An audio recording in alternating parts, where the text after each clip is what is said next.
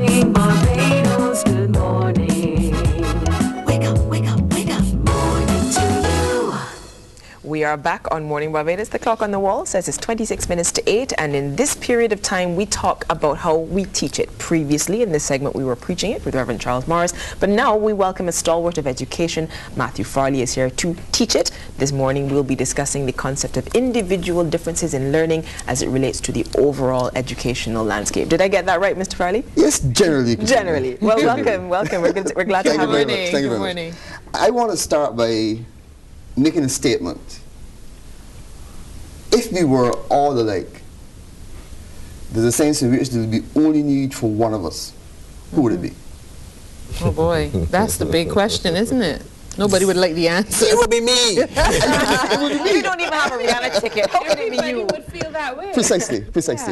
Yeah. It is in that context I want to place the concept for today's teaching, the whole notion of individual differences. And I think an understanding of individual differences, which I call ID, is at the heart of educational success or failure. If you give it a good thought, I think that in spite of our tendency to compare children, whether we're parents or whether we're teachers, students, each one is different. Each child is different. No two children are alike. Cassandra? Indeed. No two Even children among are. identical twins, Katrina, there are distinct personality differences and other differences. So that, generally speaking, I think that is one of the fundamental pillars on which education must be pivoted. In fact, research has shown that there are personality differences, IQ differences, achievement differences, rates of growth, the differences in rates of growth, and physical factors. And of course, the gender differences. Well, yes, indeed. Sometimes could be very contentious. You know, we compare boys and girls. You guys keep bashing the boys and bigging up the girls and so on. We don't recognizing that from as early as the fetal stage, girls' physical development is 4 weeks ahead of that of boys. But looking at it, I mean, having made your statement, and it's pretty broad. There are lots of differences. Education. How are we going to? Could we structure education process to cover or embrace all those differences, or we just have to say, you know, we're going to come somewhere down the middle and hopefully catch as many as we can? Well, it's a good question because I think the whole issue is important from two standpoints. From the point of view of schooling, as you just alluded to. It has implications for how we teach, how we perceive students as teachers, how we interact with students, the pace at which we deliver instruction. It has implications for teacher expectations. For parents, no, Katrina, it has implications for how parents perceive each child. We tend to compare children. Yeah. Child A next door is going to school B, and your child is going to school A. They're the same age, and you kind of expect that they should be doing the same things at the same time. They develop differently. They develop differently, and I think that in many instances, both parents and teachers are erroneously making comparisons between and among children without recognizing that there are fundamental differences. And I think it has implications for what we do in schools. I think this is timely now because this is the summer holiday. Yes, this is when some children are transitioning from, you know, either one school to the other or from one class to a completely different form. But then there are the children who have to do that exam, the common entrance exam, next year, and parents right now are probably pressuring children. What should they really have been doing, or what should they be doing now? Cassandra, the whole Barbados secondary schools entrance examination is a whole new, that's an issue of itself. I don't really want to go into it. I think that parents need to start focusing on children as individuals, because even though we expect that at 11 they will do a test, even though they do it between 9 now and 12, and we expect that they're to perform at the same level, it will not happen. And I think that to the extent that parents start to see those distinct differences, they will reduce the stress and the trauma associated. I think we need to stop the comparison. Yeah. Because you know something? as you go through life, life has much more to do with collaboration and working together than it has to do with competition and comparisons. Comparisons and competition tend to destroy esteem, and whereas collaboration gives us a chance to bring out the strengths that are in each of us.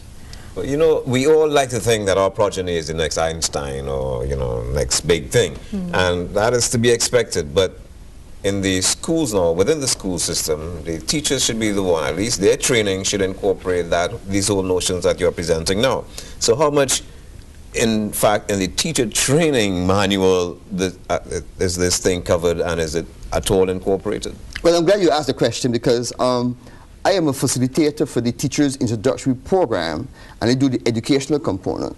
And that was the precise point I made to the beginning teachers who are now doing induction, which is that an understanding and a mastery of the concept of individual difference is critical to how you approach your job as a teacher. Because if you go in the classroom and you assume that the 30 students who sit before you are all cut from the same cookie mold, you've got problems. You know, because Cassandra's needs are going to be different, Katrina's are going to be different, you know, of course yours are going to be different, and therefore, even though you cannot cater to the need or needs of each child in the broad general sense, an acknowledgement that there are different needs and different interests is the most important platform on which you must build your instruction. Okay. We are going to invite you to pose your questions to Mr. Farley in our new segment, Teaching It. Our phone numbers, as you know, are 228-5562 or 228-5563. Send us a message on Facebook or Twitter. At the moment, we have a call holding. I believe Sandra is there. Good morning, Sandra. Welcome. Hi, good morning. Go ahead, please. I have a child that was in the B stream from the time he entered school, but now he is developing, he's gone on to the A stream. What can I do to help develop him so he can catch up? No, those have already been ahead. If I wanted to be reckless, I would tell you change the school. But that would not be good.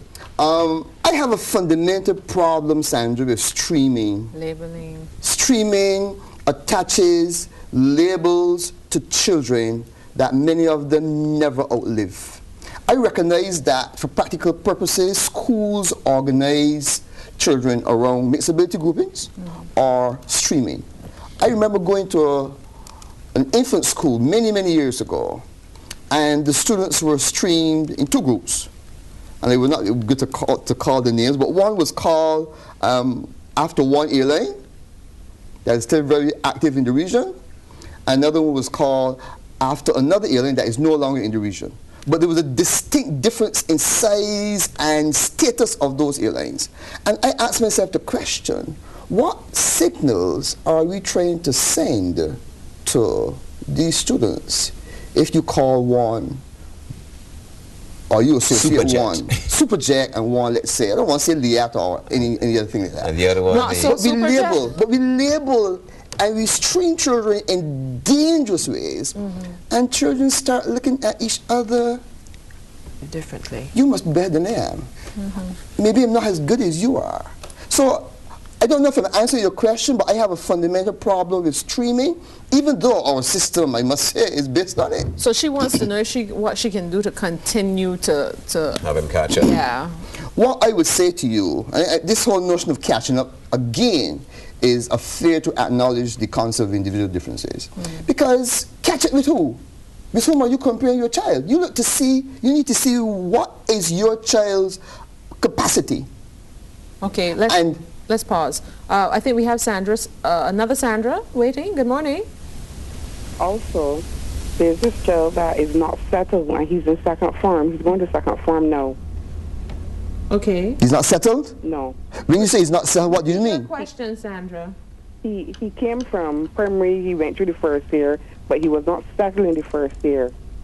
Why was he not settled? The teachers just say he's not settled. But you should ask the teacher to explain what she means, because are there factors that relate to the home that might explain why the child is not settled? Did the adjustment period, did you focus enough on the adjustment period? Because I found that in Barbados, when children transition or move from one stage to another, we don't do a lot. We assume that it should just happen. And I think that sometimes that adjustment period, we need to focus on transition issues. How does a child move from a school in the country where there are only perhaps 15 or 20 teachers, if so many, where the classes are small, where the primary school environment is sheltered, to a situation where he goes into a secondary school where there are 1,000 students, 60 teachers, and that child comes face to face with 5 or 6 teachers every day. I think those kinds of things might explain why your child may not be settled. And there may be school factors that the teacher needs to delve into. Wake up, morning to you. 7:47 on Morning Barbados. When we are in our home stretch of our program, in our segment Teaching It, we return with educator Matthew Farley, who will be taking your calls, questions, comments, or queries. We would like you to send in your questions to Facebook or send us a phone call. And somebody else who's done that is Udine. She's on the line. Good morning. Yeah, good morning. And especially to Mr. Farley.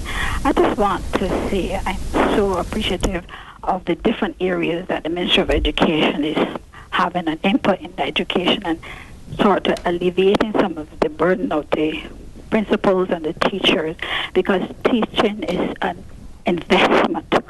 And I just want to let y'all know and be assured of my prayers. And if parents would collaborate more with the teachers, a lot of the stress and the problems will be alleviated in the schools.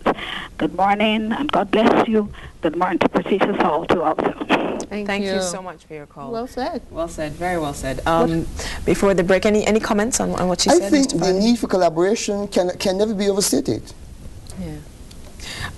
Before the break, I brought up the topic that's a bit kind of close to my heart, the concept of the imposition of what we think males and females should behave like from our own mentality as adults onto children who, left on their own, may take a different view or may evolve differently. The separation starts with the A and B streams, as we said, or things like that, but it continues down the gender lines. What are your views on that? Well, the issue of coeducation, Katrina, is another topic for a teacher segment, but I can touch on it briefly now.